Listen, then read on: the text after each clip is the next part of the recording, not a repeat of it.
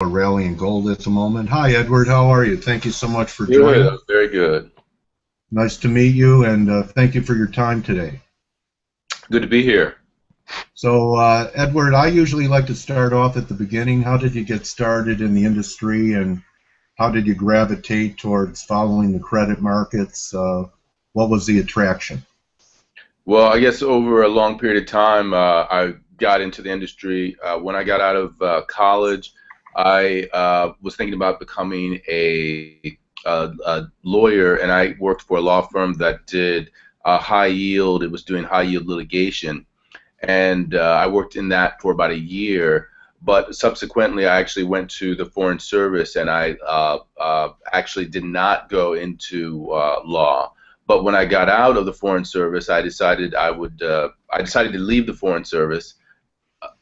Can you still hear me? Yes. Oh, Yes. okay, great, because Got there you. was a problem there for a second.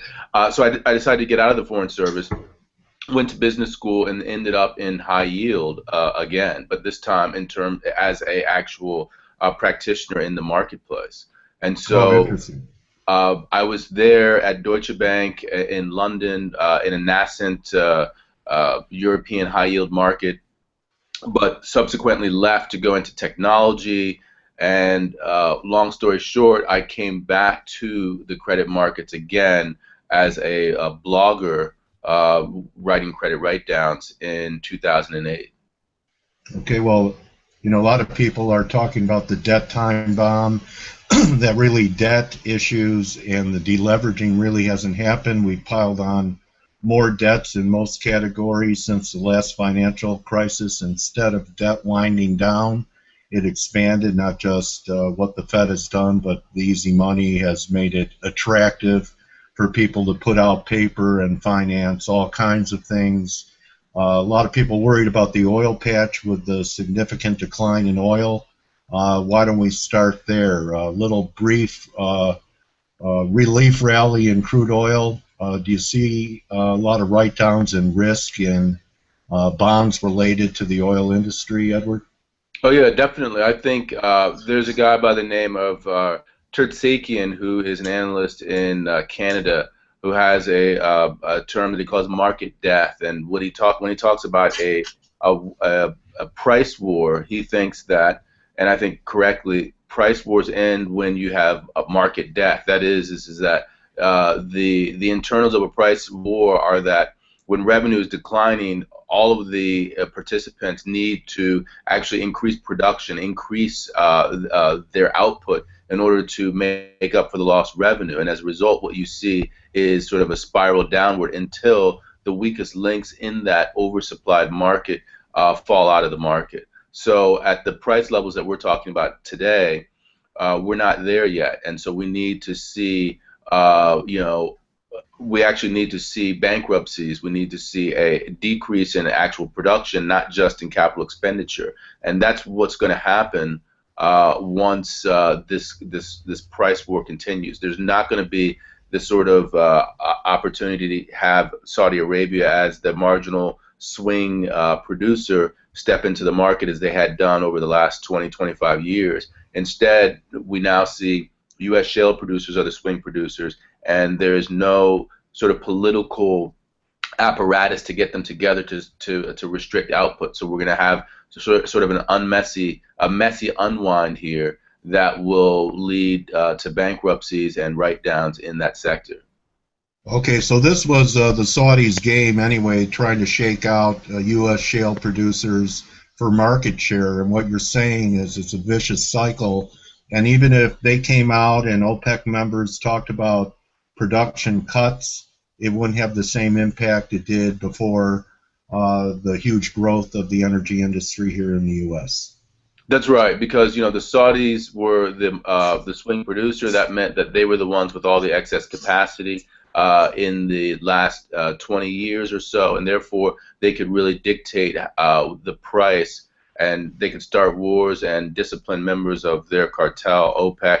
But that's not the case anymore. We have excess supply coming from a lot of different arenas, and as a result of that, that means that what they do is less relevant. What happens in the U.S. shale market is more relevant, and to the degree that these companies have large debt loads that they need to service, that means that they need revenue, which means they need output, and they're going to continue to produce until the weakest links cannot sustain themselves, given the marginal costs being too high. Okay, so this is a vicious cycle. I'd like to ask the question. I've read a few things that potentially all the debt that has been placed on the market in the past few years in the energy sector is actually larger than the subprime crisis of 2007-8. Is that true? Well, you know, it is larger potentially, but the question is debt structures, the credit structure. One is in terms of leverage, in terms of how those bonds are being used. When you think about subprime in terms of it being an integral part of MBS, then what's more is I think that the next question is contagion. What avenues of contagion are there? I think that with regard to the financial system, certainly there's the same level of contagion available in terms of who's holding debt, in terms of those individuals having to write that debt down and therefore being credit constrained in terms of the supply of credit. But on the other hand, I think that the limiting factor in terms of this being as difficult is the fact that in the housing market you had subprime in terms of the contagion route. It was direct to the rest of the housing market. So the sort of analogous contagion route here is to the rest of high yield. So 14% of high yield bonds are actually energy-related bonds. So to the degree that energy bonds melt down, then you're going to see an exodus out of that, a flow out of high yield, and as a result, contagion throughout high yield. And to the degree that those individual companies are vulnerable, they need to roll over their debt, etc., then you have a problem there. But I think where would the money flow? Where would the money flow if it came out of high yield? Into treasuries? Yeah, so you know, you could rotate into whatever else there was, but if you're in high yield, obviously it's a risk-seeking return type of scenario. So you're not going to necessarily move to a safe haven in a crisis situation. You might do so, but you probably are going to be looking for other sorts of high-yielding assets. Emerging markets would be another asset, but of course they're going to be experiencing the same sort of problems. Was I taught the correct thing, Edward, that the higher the yield, the higher the risk? Yeah, exactly. I think that the higher the yield, the higher the volatility of returns are. And what that basically means is you can go bankrupt, and therefore the returns go to 0 or to 25% in terms of your recovery value, or you can get a lot of return for that. And so that's risk right there. Okay, what's your take on Puerto Rico, and how do you think this is going to play out? Are they going to have a chance to restructure, or is it possible they default? That's an interesting question, because I think it's more of a political question at this point, because it's clear that Puerto Rico, their debt load is unsustainable. So the question then becomes, given its unsustainability, what are the mechanisms to reduce the net present value of that debt load to a level that is sustainable? And you know, we're seeing similar sorts of things in Greece, and that is that politically, what the EU, Germany in particular, are saying is that as part of the Eurozone, Greece can actually default on their obligations to other EU members or other Eurozone members. At the same time, in Puerto Rico, there's no formal mechanism for them to declare bankruptcy. So we're sort of in this limbo politically in terms of how we're going to get the net present value of those obligations down. And I think that you know, eventually we're going to see a situation in which you know, we're going to see defaults and some sort of political solution. I'm glad you brought up Greece, because I'd like to switch gears a little bit into sovereign. And of course, we know what's happening in Greece, but some of the credit spreads beginning to widen in larger countries. And I'm not just talking pigs, I'm talking France, I'm talking Italy. There are a lot of people that believe that the next debt crisis is about sovereign debt and about governments and their central bankers losing credibility and people beginning to become unwilling to hold this type of debt. What's your take on Europe? Is Europe and those countries I mentioned potentially down the road in a similar situation that Greece was in, which would be pretty untenable, wouldn't it be? Yeah, it would be. I think here are two things. The first thing is about the sovereign debt and the constraints there. I think to the degree that you are indebted in a currency that you create, the release valve for that is going to be the currency. That is, the currency gives way, and that potentially leads to inflation.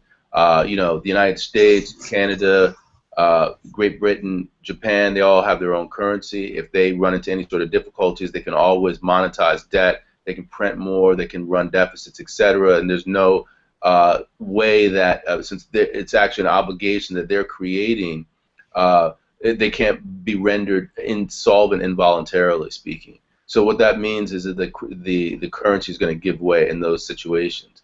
On the other hand, when you are talking about the Eurozone, you're talking about countries that don't, they don't have their own currency. They're effectively borrowing in a foreign currency. So I think that's a big part of what's happening there.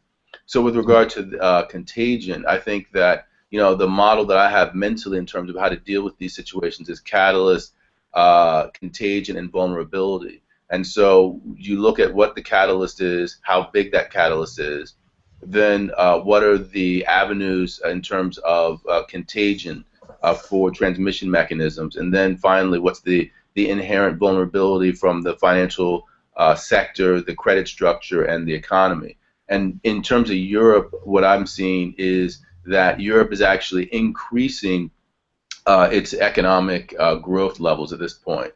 So I'm not really that concerned over the short term to the medium term that we're going to see a crisis in Italy or Portugal or any of these other countries. Spain and Ireland in particular, they are doing incredibly well economically, cyclically speaking, that is. We're not talking about, the longer term. Right. The places that I would be most concerned about over the shorter term, the short to medium term, are places like Italy in particular, and you mentioned that country. How about Russia? With their currency's been under attack, and they're caught up in this vicious cycle of they have to produce to create income to run their state. I have no familiarity with Russian bonds or anything. What's been happening in those credit markets? Do you cover it? I don't really cover Russia that much, but what I would say is that it will be a political problem for them more than anything else, because it's not the government that's indebted. It is corporations that are indebted, and oftentimes in foreign currency. And then the question becomes who takes the losses to the degree that losses result from all of the slowdown in commodities and oil and natural gas. And I would imagine that the Russian state at some point will limit its contingent liabilities for certain organizations. But at the same time, politically, there will be a lot of pressure for them to step in and take on liabilities of organizations that are private because of the political ramifications. And we're not there yet, but 2016 could be interesting on that level. Okay, and switching to Latin America, I'm old enough to remember defaults happening in Latin America a few times, even in Mexico. And again, you're talking about commodity countries that their lifeblood is their commodity markets that they export to the rest of the world, vis-a-vis a lot of these Latin American countries with China, and we know what's going on there. Potential for debt defaults in Latin America again, in Brazil, Venezuela, etc. Yeah, Venezuela is definitely a separate case, and we're talking about the potential for hyperinflation if it already isn't there as we speak. Brazil, I think, is an interesting case that you bring up, in particular because yesterday I was on Twitter, and I tweeted an article out from the Wall Street Journal that was linking to a full-length expose on Brazil. The expose was somewhat overwrought in terms of talking about Brazil as if it were a commodities-only economy. And Mark Dow came out and on Twitter saying that he wasn't really that pleased with the article. He thought it was kind of nonsense. But I saw sort of kernels of truth I in know, what he was Mark. talking about. Yeah. I think that he's not as bearish, or in fact, he probably isn't bearish in that sense, because Brazil is obviously a continental economy with 200 million people in the same way that the United States is a continental economy, meaning that exports are a smaller percentage of GDP as compared to a smaller country, say like a Switzerland or New Zealand or a Canada. Even Germany, which is relatively large, is incredibly leveraged to trade flows. So, given that fact, I think that his basic argument is that the slowdown in Brazil is domestic credit related. My pushback on that, in terms of Brazil, in terms of thinking about this, is it goes back to what I was saying about catalysts, contagion, and vulnerability. The catalyst is China. And if you look at the numbers, China is #1 for both imports and exports to Brazil and from Brazil. And what's more is that that number has fallen by 19%. Trade with China is down 19%. So in the context of a credit slowdown, in the context of fiscal contraction, they're really trying to rein in their fiscal deficits. You're looking at an exogenous shock that is really very potent for Brazil, and it's going to continue on because obviously we still have commodity prices, oil prices under pressure. So I think that that is really the way to look at it, is that this is a tipping point, a catalyst for pain that was already started in the credit markets in Brazil. So that's the country to look to, in my opinion. Okay, interesting. So stock markets are big, but they're dwarfed by bond markets. And bond markets are huge, but they're dwarfed by currency markets. So part of the problem has been the strong dollar. Do you believe that if we could reverse trends in the dollar, that some of these default pressures too would alleviate? Because that's really what's crunching a lot of EM markets right now, is dollar strength. And even within the last month or so, even though the euro has been resilient against dollar strength, a lot of these EM currencies are making new lows against the dollar, including Mexico. So is the dollar the linchpin to this whole default cycle? Yeah, I think that the dollar is a big part of what's happening. If you look at two sides of the same coin, the dollar in creating downward pressure on commodities, and also China in terms of their slowdown creating a supply-demand imbalance. Those two things come together in terms of divergent monetary policies, and to the degree that that divergence creates a slowdown in global growth that actually impacts the United States in some capacity through the shale oil sector, then we might see U.S. monetary policy turn much more dovish than it is right now. And if it does, so we could have QE4, can't we? While we're talking about when, if ever, the Fed tightens, that there's still a possibility for QE4, QE infinity if these things and the dollar continues to strengthen.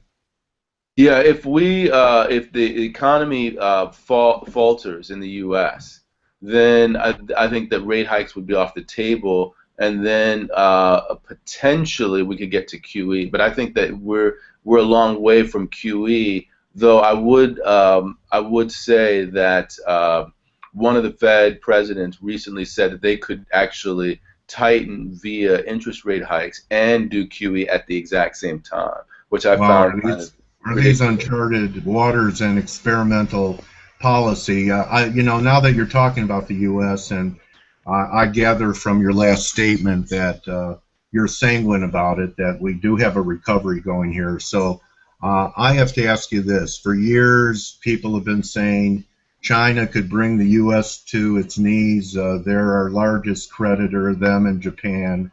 And there were reports of some liquidation. They are taking extreme measures to try and cushion this blow to their financial markets that could carry over into their economy. And the big move up in yields a week ago was, early in the week or last week was attributed to liquidation of U.S. Treasuries by China. Is this just the opening salvo of our creditor beginning to liquidate U.S. No, Treasury not at yields? all. Because Okay.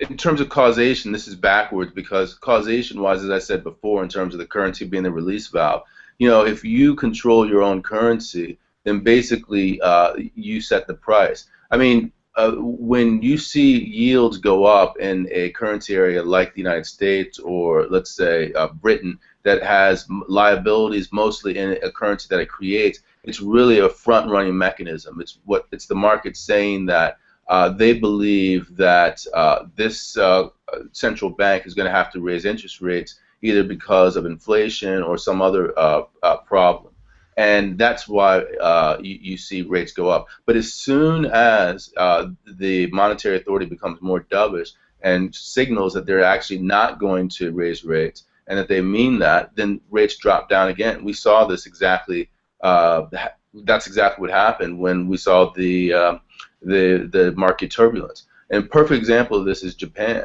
Japan, they have government debt to GDP of 230%.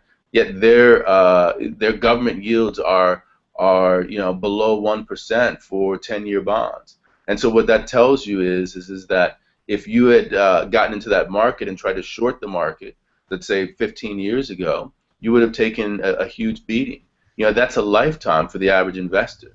So it just doesn't wash to say that that's the mechanism that we should focus on. What we need to focus on is the currency, and I think that that's what you were talking about earlier.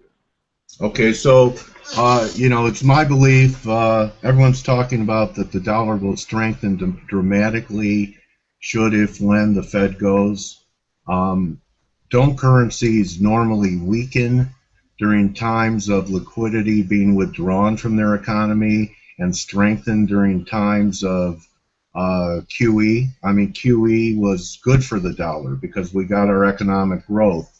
The end of QE and potentially a tightening cycle, instead of it launching a new wave, a new leg up in the dollar, could be close to the end of the strength of the dollar. What do you think? I'm not expert enough in currencies to say, but I would say in terms of what I've seen over the last 4 or 5 years is that when the Fed did QE, people like Brazil were actually complaining about it because really the way that the currency effect was working is that people were talking about carry trades. The carry trade was to know that the United States was going to continue. You could borrow in dollars and then invest elsewhere, and so that was strengthening the currencies of emerging markets. So the reverse is now true to the degree that the United States tightens monetary policy. The U.S. as a vehicle for carry trades is less interesting, and as a result, that would mean dollar strengthening. And what's the carry trade now? The most popular one, U.S. dollar yen. Well, the carry trade that is the most interesting, that is unwinding, is the Chinese yuan carry trade. Because before, what people were doing was saying the renminbi is actually appreciating as a result of the peg being set higher on a monthly basis, and on top of that, we're getting good rates of return. So that basically meant inflows. But now that the regime has moved in the opposite direction, because economic growth in China is going down, you're seeing massive outflows, huge amounts of pressure on the currency. That's why you see the Chinese getting out of treasuries, is because they're liquidating their treasury holdings in order to buy up a renminbi to keep that peg from falling. If you actually use a market-based mechanism, which the Chinese are not doing in their currency, even though they say they are, you would see the renminbi fall precipitously from this level. You were talking 10%, 15, 20%. So that's really the carry trade of importance right now. And the question is, how does that unwind? Okay, may you live in interesting times. Isn't this one of the more interesting time frames in the debt markets that you've seen in your career, Edward? Definitely, and I think we're sort of in an interregnum between the European sovereign debt crisis that you were alluding to with Greece, and the next crisis that potentially is going to be a Chinese currency carry trade unwind. And so we're in the process of dealing with that. The Chinese are resisting that by buying, by selling treasuries. But that can only go on for so long as their economy is going down. As soon as their economy hits that magic level they say is just too much to take, you're going to see that carry trade unwind in a big way, and that's going to have a catalyst effect for the rest of the emerging markets. Okay, and wrap it with this, Edward. Do you think the Fed should raise rates, and if so, when? I'm of two minds in this. I find it really difficult because I don't think the Fed should have lowered rates to 0% anyway. I feel that the dominance of monetary policy in terms of the way that the United States deals with crisis is negative in terms of asset price valuation and the resultant malinvestment. So I wouldn't have been at zero anyway. But now that we're at zero, any increase is basically going to be tightening into a situation in which global economic growth is going down. So it's going to exacerbate tensions that we were already talking about. So I don't know what I would do, to be honest with you. I'd hope not to be in the situation to begin with. Okay, well, that's too bad because I'm nominating you for Fed Chair Edward Harrison. So I think we can, it'd be great to have someone with your mind at the Fed, and it was a great interview. Thank you so much, Edward. I'm glad I reached out to you on Twitter, and hope we could get back together again as things evolve in China and across the globe. And thank you for edifying our community today, buddy. Definitely, it was a pleasure, and I look forward to chatting with you on Twitter, and hopefully we'll do this again. Okay, thank you. Have a great weekend. Good hunting, Edward. Thank you. You too. Take care now. All right, buddy. Everyone enjoy Edward?